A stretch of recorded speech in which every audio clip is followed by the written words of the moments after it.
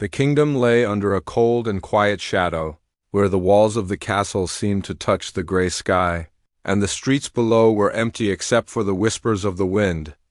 People spoke in low tones of the Alpha King, a ruler whose power was as vast as the mountains surrounding the city, yet whose strength was fading like the last light of a dying sun.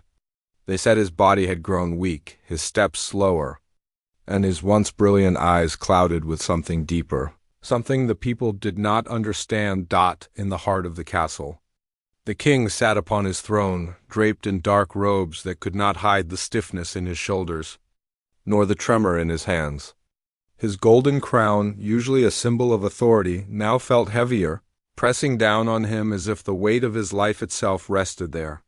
He had ruled with an iron will, commanding respect, fear, and loyalty. Yet, in the quiet hours of the night, when the echoes of the court had faded and the flickering candlelight painted strange shadows on the walls, he felt only a lonely ache. It was in this silence that he thought of the Omega, young, cautious, and untouched by the corruption of court life. She had been brought to the castle as a ward of the crown. Her beauty was quiet, almost simple, but it was her mind and her courage that had drawn his attention. Unlike the advisors and courtiers who flattered him for gain, she had neither fear nor flattery in her eyes. She saw the man behind the crown, and somehow that unsettled him more than any enemy ever could. The king's condition had worsened in recent weeks. A strange curse, no one could name, had begun to sap his life slowly. Doctors and magicians alike had tried every remedy, every spell, yet nothing could heal him. He had grown desperate. His legacy, his kingdom, and the very line of succession were at risk. He had to act, and there was only one person he believed could help him, not through magic, but through understanding, trust, and something more ancient, something human. He sent for the Omega. The summons came through the usual channels, written in precise, formal words, yet beneath them was a sense of urgency he could not hide. When she received the message, she felt a shiver run down her spine. The king rarely summoned anyone privately. It was always a matter of state or punishment or an announcement to the court. This felt different. She dressed carefully in simple robes, avoiding the finery of the court, and made her way through the winding corridors of the castle. Guards bowed as she passed, their eyes filled with curiosity and unease. When she arrived at the private chambers, the door opened silently and she stepped inside. The room was dim, lit only by a single candle, and the king sat in his usual throne, though now his posture was weaker and his eyes, sharp and commanding only days before, now carried a shadow of exhaustion. "Come closer," he said, his voice low but steady.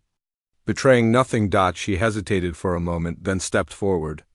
There was something in the way he looked at her, a mixture of desperation and something almost human.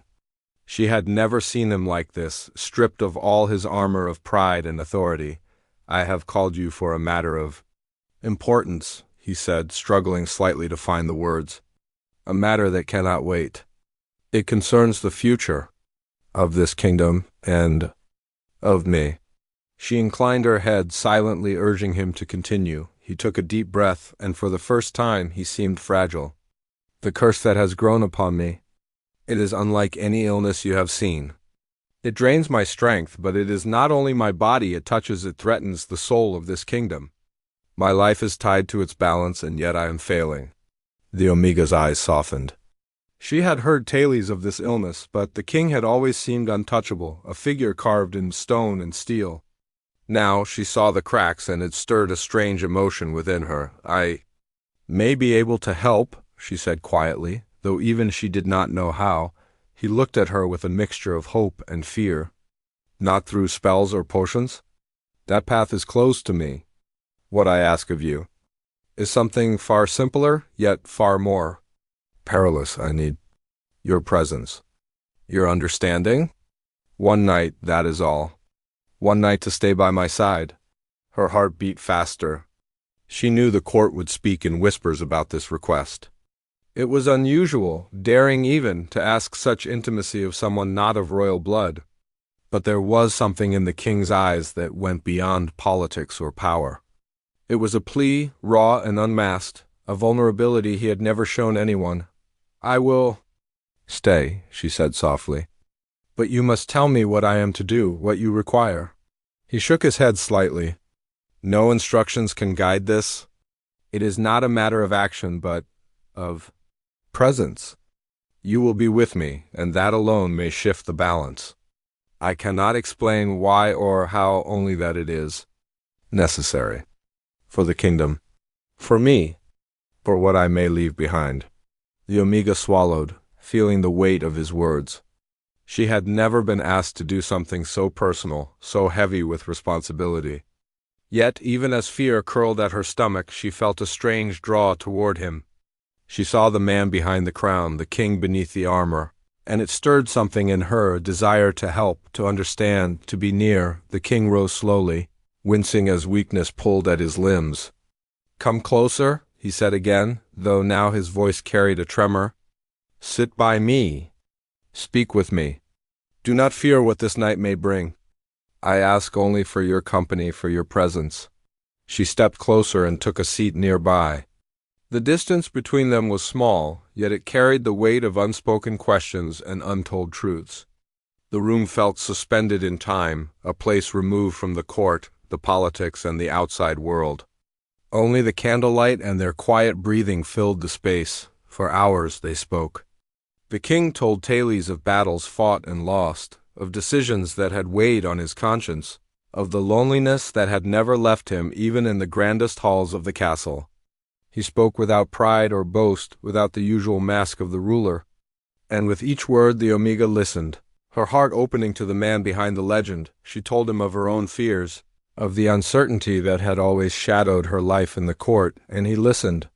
For the first time he felt understood, not by an advisor, not by a friend, but by someone who saw him as he was, mortal, vulnerable, and human. As the night deepened, the room grew colder, and the candle flickered against the stone walls.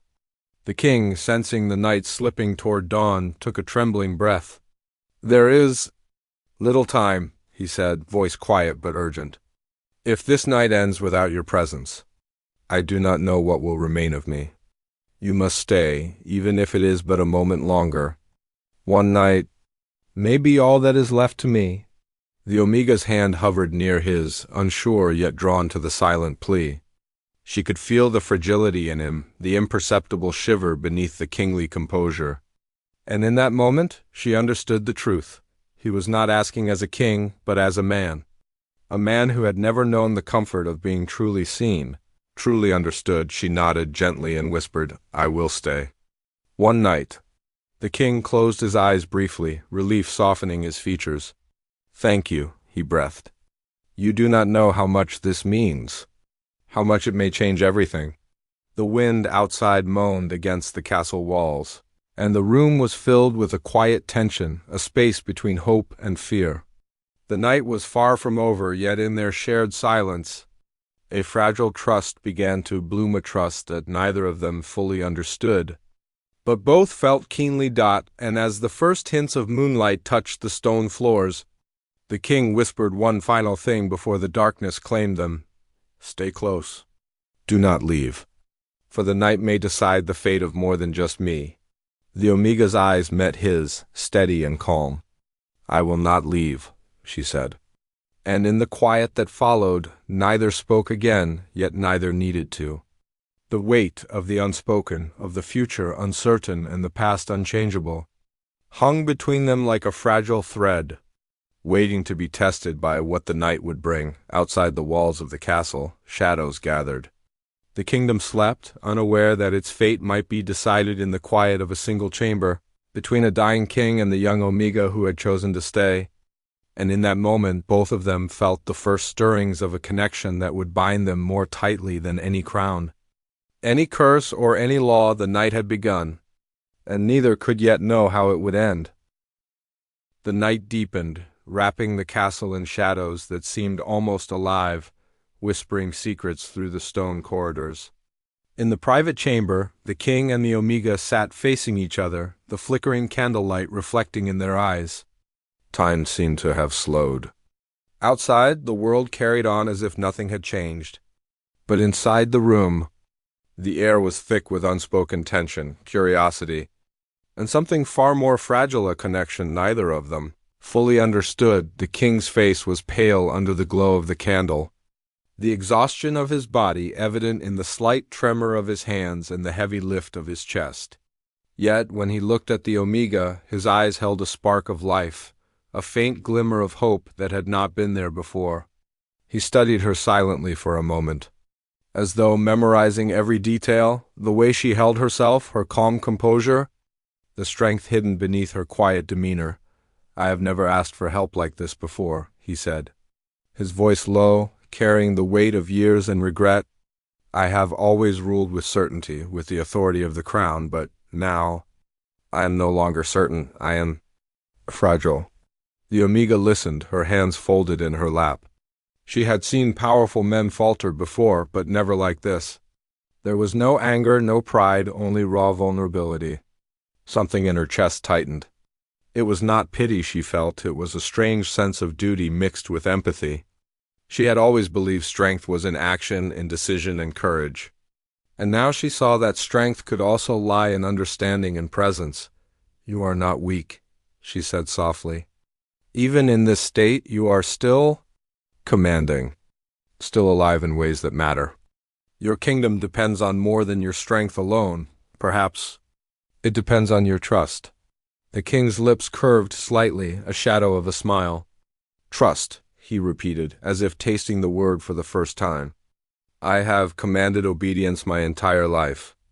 I have never needed trust. Until now, and yet I find it terrifying." The Omega leaned forward slightly, careful not to overstep. "I will stay," she said again. "If you need me, I will not leave. That is all I can promise for now. We will face this together, whatever it is." He nodded slowly, a weight lifting from his shoulders, though another heavier weight seemed to settle in its place. "You do not know how much this night may mean," he whispered. "There are forces at work that I cannot control. I am bound by more than my own body, more than my own life. This curse, it is tied to something far older, far darker than I had ever imagined." The Omega's eyes widened, but she did not move back. Instead, she leaned in closer, as if by proximity she might bridge the distance between fear and understanding. "Tell me," she said.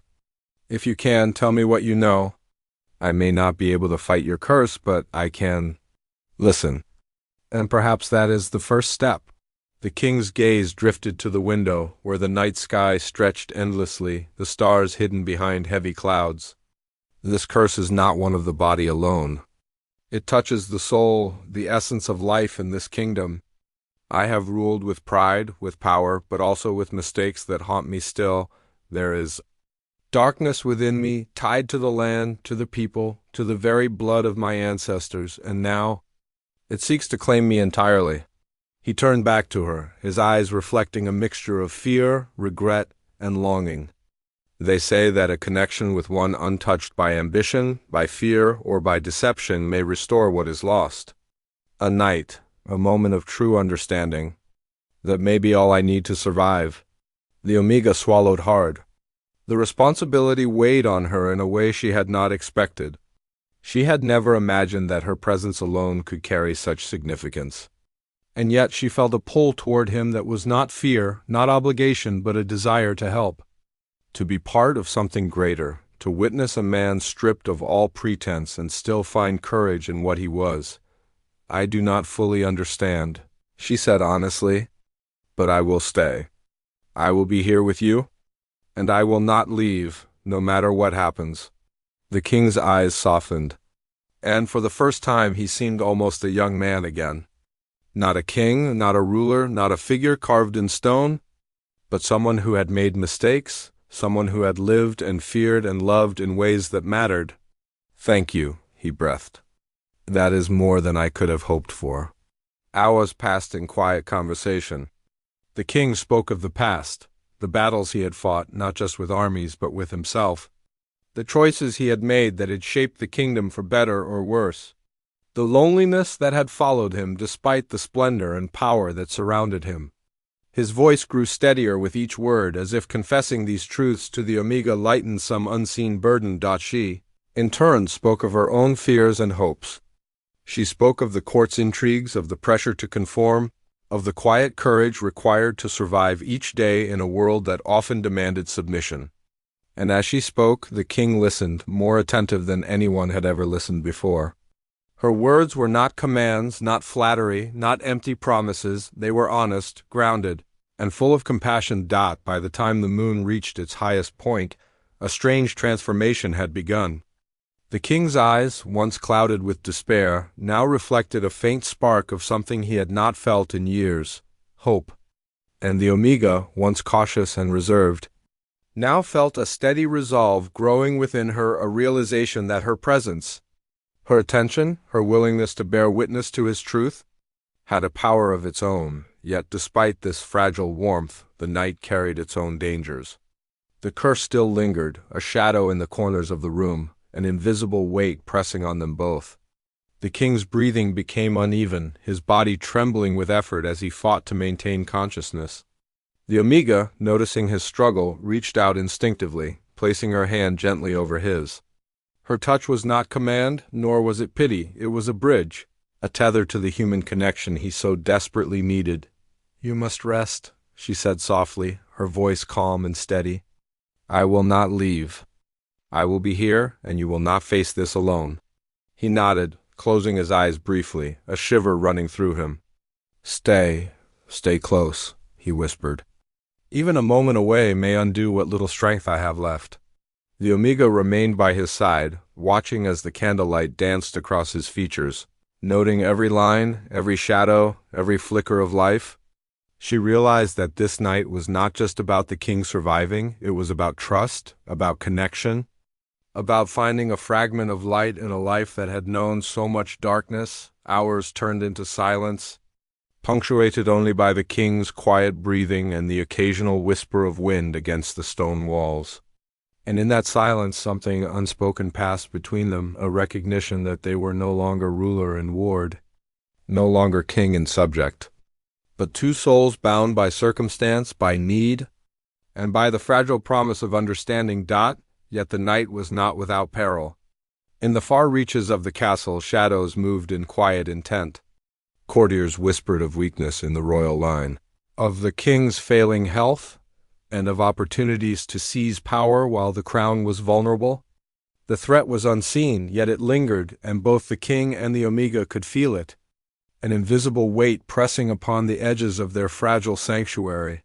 The king opened his eyes again, meeting hers with a gaze that was steady despite the tremor in his body. "I cannot tell you what the morning will bring," he said quietly. "But I ask only this: do not leave. Not tonight. Not when the hour is darkest.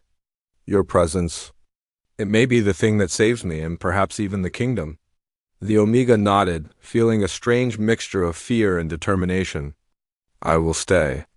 Until dawn. Until the first light touches this castle. And beyond if you need me." For a long moment neither spoke. Only the candlelight flickered, casting shapes across the walls, painting their faces with shadow and glow.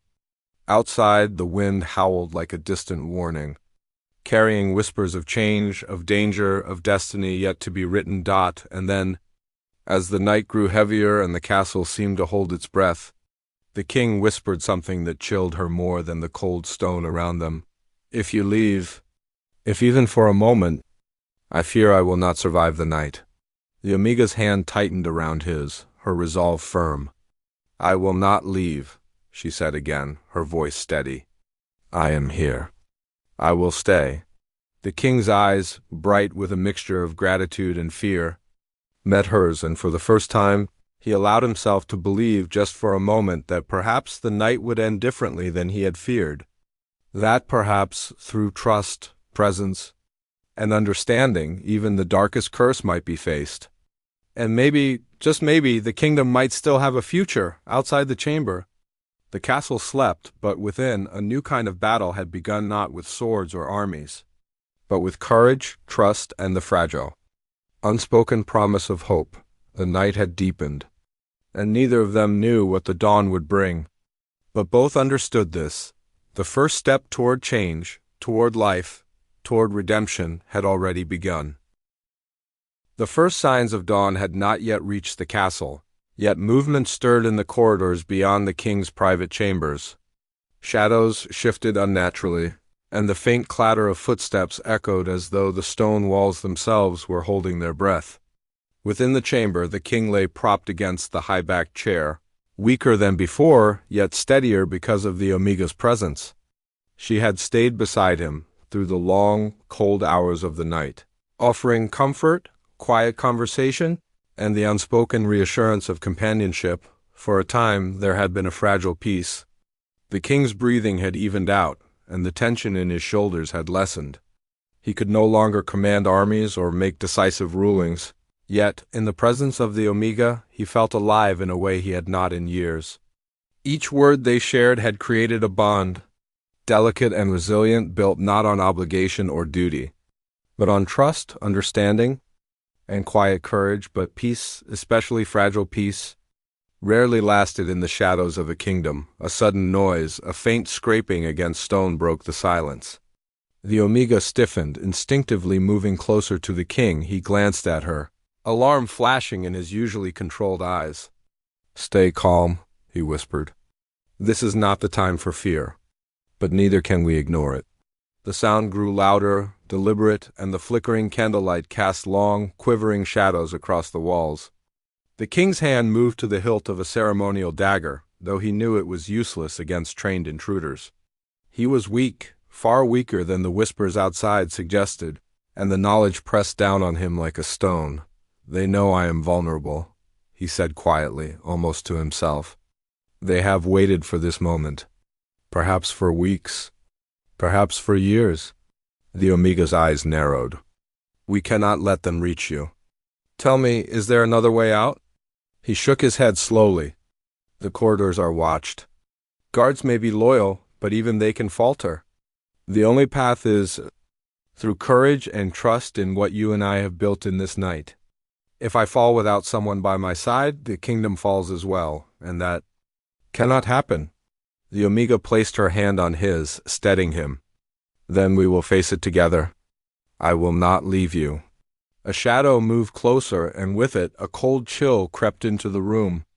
The king's eyes darkened, reflecting both fear and the fire of determination. "Be ready," he whispered. "Not all that enters is alive. Some come with malice deeper than any human heart." Before the Omega could reply, the door burst open with a crash, revealing a figure cloaked in darkness. The intruder moved with quiet precision, silent except for the faint rasp of leather boots on stone. The candlelight caught the edge of a blade in their hand. The king's dagger was useless against such skill, but his voice rang out, commanding and clear. "Stop! You will not pass this chamber." The figure paused, tilting their head as though amused by the king's declaration. For a moment nothing moved but the shadows. Then, in a sudden motion, the intruder lunged forward. The Omega acted instinctively, throwing herself in front of the king, raising her arm as a shield. She could not fight as a warrior might. But her presence, her courage, her refusal to step back, caused the intruder to hesitate. "You are stronger than you realize," the king said, his voice firm despite the weakness in his body. "You are not just a companion. You are my strength, my shield. And together we are not so easily broken." The intruder, taken aback by the unexpected resistance, retreated slightly. The candlelight flickered again, revealing the king rising slowly to his full height, leaning on the ceremonial dagger not for attack but for balance. He faced the intruder with authority, the shadow of his former power returning in the way he carried himself. "You seek to harm me?" he demanded. "Know this, I may be weakened, but my will is not. Leave now or face consequences beyond your reckoning." The figure hesitated, and in that pause the Omega realized something remarkable. Their strength did not lie in physical prowess alone. It was the bond between them, the trust, the courage, the presence of one beside the other, that made them formidable. She could feel it, a surge of confidence and resolve rising within her. "We will not yield," she said, her voice steady, echoing in the chamber. "And you will find no victory here tonight." The intruder's eyes narrowed, and for a moment it seemed as though they would strike again.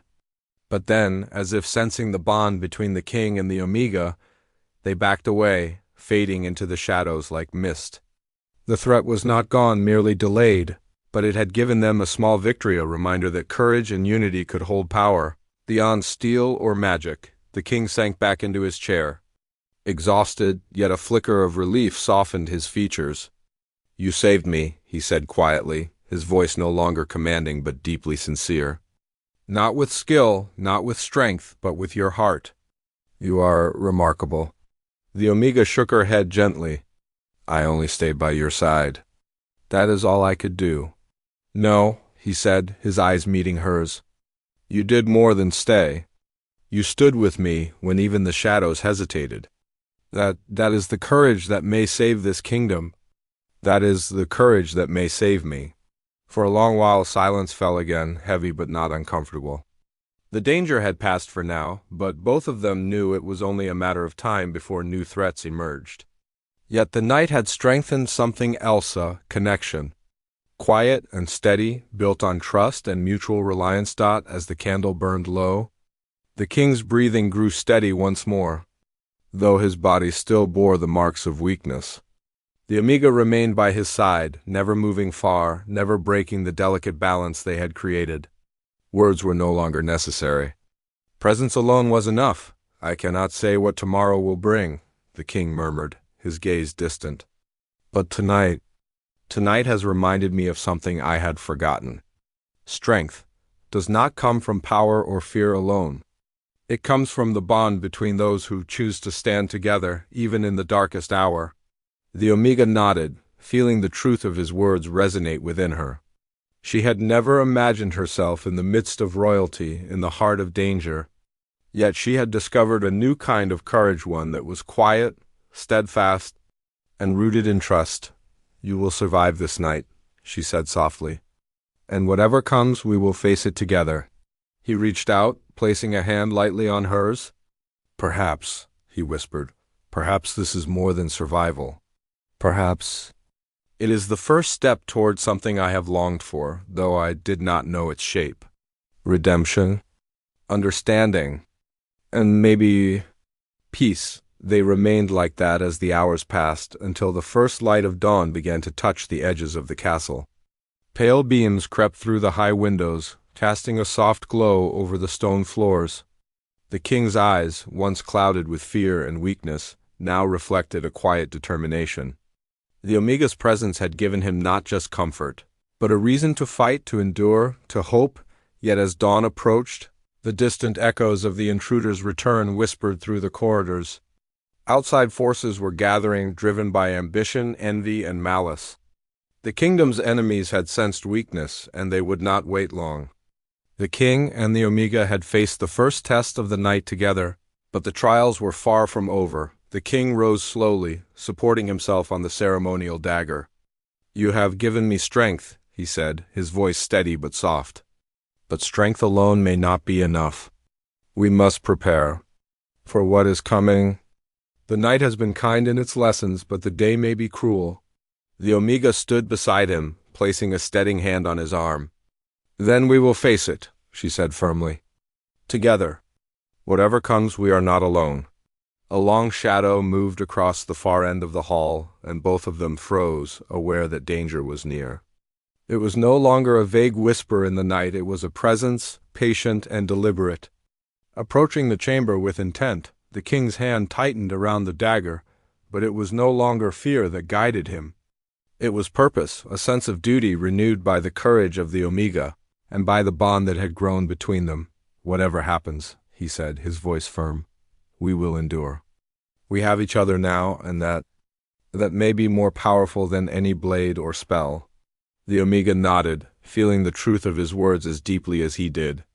The night had tested them, but it had also revealed a strength that neither had fully known, the strength of trust, of presence, and of shared courage. And then, as the first rays of sunlight began to pierce the heavy clouds above the castle, a faint sound echoed in the hall, a herald of danger, a whisper of malice, a reminder that their battle was only beginning. The king and the Omega exchanged a glance, unspoken understanding passing between them. Whatever awaited, they would face it together, their bond forged in the shadow of fear and tempered by courage. And in that moment both knew that the true test of the night and of their hearts was yet to come. The castle's halls were no longer silent. Shadows moved with a deliberate purpose, and the faint echo of footsteps grew into a rhythm that spoke of intent and menace. The king and the Omega stood side by side, the candlelight flickering across their faces as they listened, hearts beating in careful unison. The danger that had lingered in whispers throughout the night was now unmistakable. The king's grip on the ceremonial dagger tightened. Though his body was weakened by the curse, his mind was sharp, and his presence carried the authority that had once ruled entire armies. "They come not merely for me," he said, his voice steady but low. "They come for the kingdom, for the throne, and for the opportunity that weakness offers." The Omega placed a hand gently on his arm. "Then we will face them. Together we are not powerless. You have me and I have you." He met her gaze, and for a moment vulnerability flickered behind the commanding exterior. "I do not know how long I can hold them off," he admitted quietly. "But your courage, it strengthens me more than any blade or spell ever could. I have been a king all my life, yet I am learning now what it means to be human, to depend on another, to trust, to hope." A distant sound, the scraping of boots and the rustle of cloaks, grew closer. The intruders had multiplied. The threat was no longer a single figure, but an organized force moving through the castle with precision. The king and the Omega retreated to a narrower corridor, where thick stone walls offered some protection, and where the shadows could be used to their advantage. "We must use the castle to our favor," the king whispered. "Its walls, its hidden passages, they may grant us the edge we need. I know its secrets better than anyone." The Omega nodded. "Lead the way. I will follow." They moved quickly, silently, the king leaning heavily on his dagger while the Omega supported him. As they turned a corner, a sudden creak echoed through the hall. The king froze, and the Omega's hand tightened on his arm. From the shadows, figures emerged, guards who had betrayed the king, drawn by promises of power and reward. Their eyes were hard, their intentions clear. "You are weaker than we imagined," one of them sneered. "And this night will be your last." The king's eyes darkened, and though his body trembled, his voice carried the authority of a ruler accustomed to command. "You misjudge strength," he said. "It is not measured by the body alone, and it is not given freely. It is earned and defended." The Omega stepped forward beside him, her posture steady, her voice unwavering. "We are not alone," she said, "and neither are you. Together we are stronger than any one of you." For a moment the intruders hesitated, as if sensing something they could not see. And in that hesitation the king acted. Using his knowledge of the castle, he led the Omega through a narrow, hidden passage that spiraled downward into an ancient chamber long forgotten by the court. The walls were lined with inscriptions and symbols, faintly glowing in the dim light. "This place," the Omega whispered, awe in her voice. "I have never seen it before." The king's hand rested briefly on one of the symbols, tracing the carvings with care. "It is older than the castle itself," he said. "It is a sanctuary, a place of protection and power. If we can reach its heart, we may find a way to survive this night, and perhaps even break the curse that has plagued me." They pressed onward, the sound of the intruder's pursuit growing fainter but no less threatening. As they descended, the chamber opened into a larger hall, its ceiling high and shadowed, the floor cold stone etched with ancient runes. In the center lay a circular pattern, faintly pulsing with energy. "This is the place," the king said, his voice low and reverent. "The heart of the sanctuary. If the curse is to be undone, it must happen here, where the old magic sleeps." The Omega stepped forward cautiously, studying the runes and the glowing symbols. "What must we do?" she asked. The king closed his eyes briefly. "It is not something I can command or instruct. It requires presence. Trust, understanding. We must be together, and we must face what is within ourselves. Only then can the magic respond." They positioned themselves in the center of the circle. The air seemed to thrum with energy, ancient and alive. Shadows moved along the walls, not threatening, but observing, waiting for the ritual to take its course. The king took a deep breath, closing his eyes, and the Omega followed, letting the silence fill her, letting the presence of the king beside her anchor her courage. For a long moment nothing happened. And then, slowly, the glow of the runes intensified, surrounding them in soft, pulsing light. The king gasped, the light brushing against his skin as if probing the weakness inside him, and then retreating, testing the strength of his heart and will. "You are ready," the Omega whispered, though she did not know if she spoke to him or to the magic itself. "You are not alone. I am here." The king opened his eyes, and for the first time, they reflected something beyond fear or weakness. They reflected trust. He reached for her hand, and the connection sparked a subtle wave through the chamber. The light of the runes seemed to respond, growing stronger, brighter, bathing them in warmth. "This is more than magic," the king said softly. "It is redemption. It is the recognition that I am not defined by my failures, but by my willingness to face them." With another, the Omega squeezed his hand, feeling the weight of his confession, the depth of his need not for power, but for understanding. "We will face this," she said, "together." As they remained in the center of the circle, the glow of the runes enveloping them, the shadows outside the chamber shifted again. The intruders had not given up. They were gathering, sensing the power emanating from within the sanctuary. The king's body trembled under the strain, yet his voice remained steady. "They come for me," he said quietly. "But perhaps in this place, they cannot reach us. Not yet. We are protected by the old magic and by each other." The Omega's eyes met his, unwavering. "Then we will not falter," she said. "No matter what they bring, no matter how long it takes. We are stronger than the darkness." Minutes passed, each one stretching longer than the last. The pulsing light of the runes seemed to breathe with them, drawing the king's strength back slowly, mending what the curse had taken, not completely, but enough to sustain him. And with each heartbeat, each shared glance, each silent word of encouragement, the bond between them deepened. The intruders, sensing the futility of their immediate assault, retreated from the hall outside, but their threat remained. The king and the Omega knew that this night would not be the end of their trials.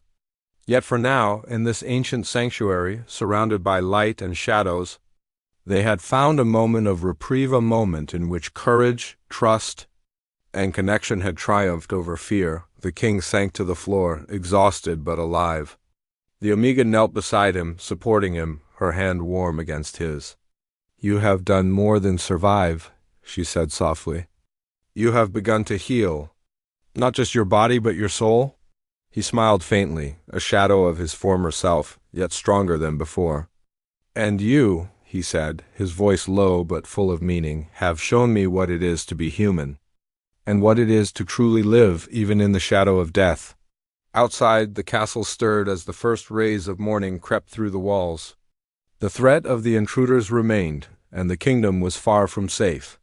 But inside the sanctuary, in the quiet glow of ancient magic, the king and the Omega had found something far more enduring than victory or survival.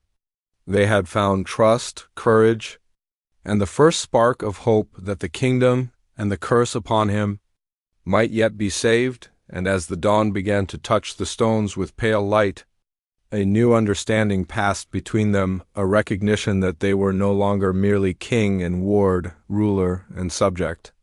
They were allies, equals, bound by choice, courage, and a shared destiny that had begun in the darkness of the night, but now faced the light of day.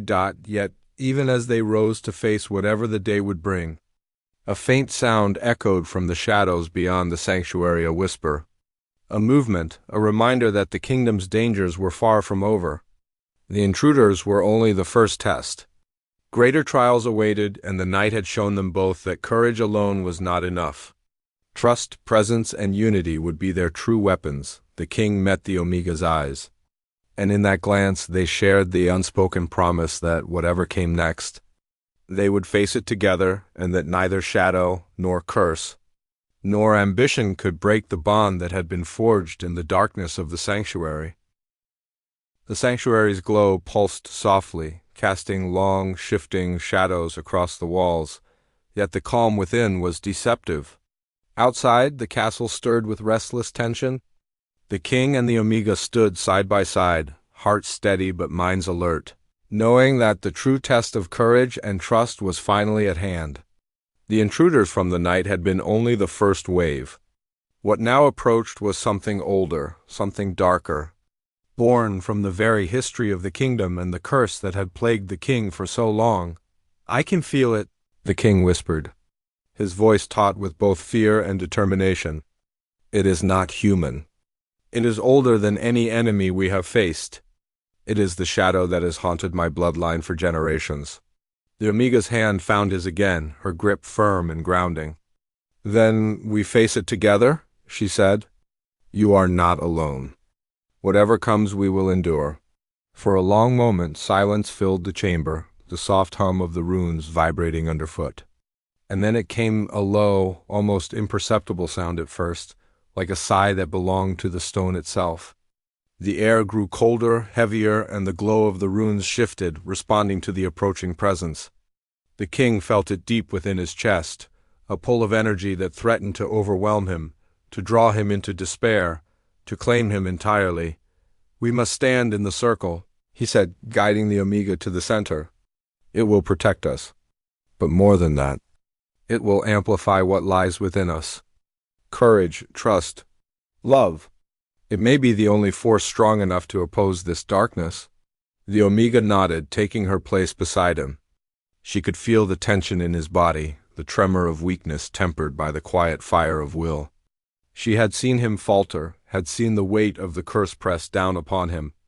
But she also saw something else, resilience, determination, and the first sparks of redemption. The shadow came, a presence more felt than seen at first.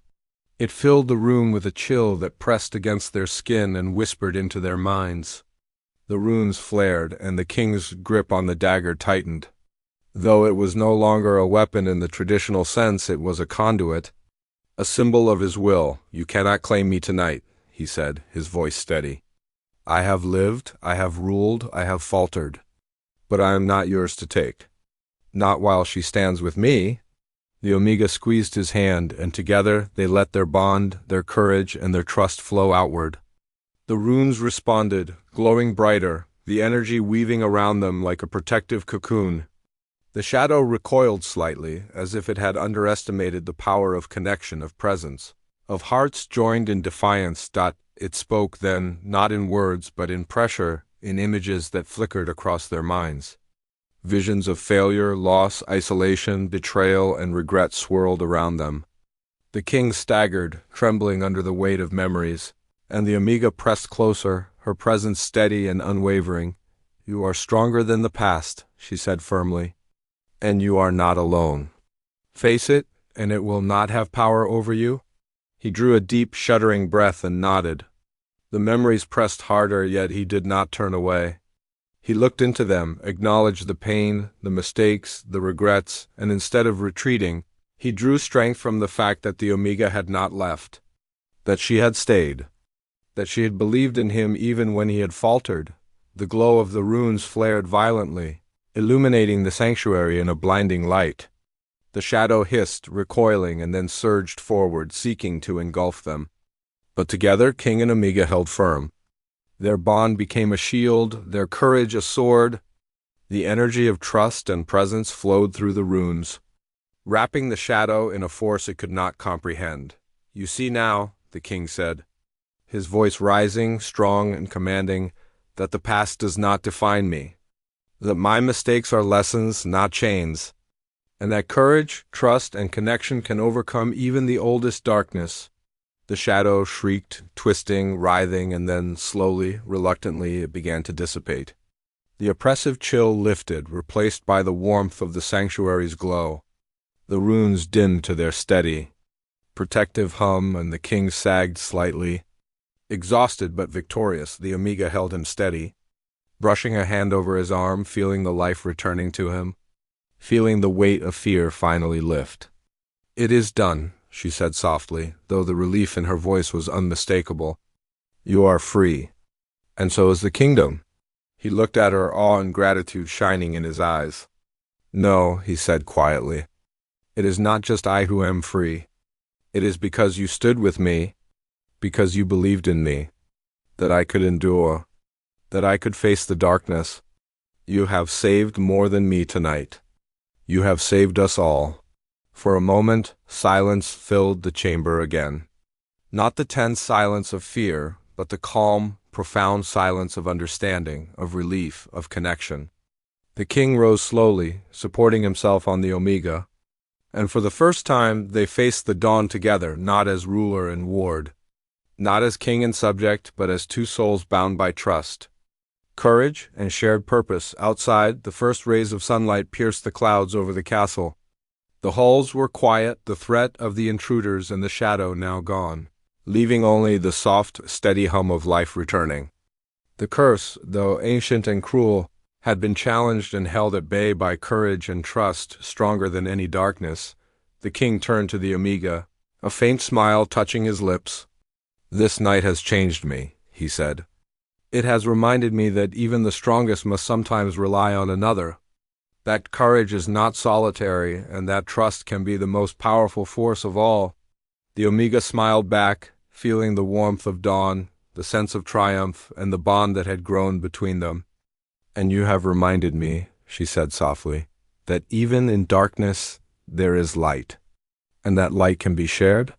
They stood together for a long moment, looking out through the high windows at the kingdom they had saved, knowing that new challenges would come, but also knowing that together they could endure anything. The king's health was still fragile, the echoes of the curse lingering faintly, but the knowledge that they were no longer alone gave him strength beyond measure. In the days that followed, the castle slowly returned to life. Courtiers whispered of the king's miraculous survival, of the strange glow that had emanated from the sanctuary, and of the bond between the king and the Omega that seemed unbreakable. Rumors would swirl, as they always did, but the truth was known to them alone, that courage, trust, and presence had triumphed over darkness, and that together they had forged a path to redemption and hope.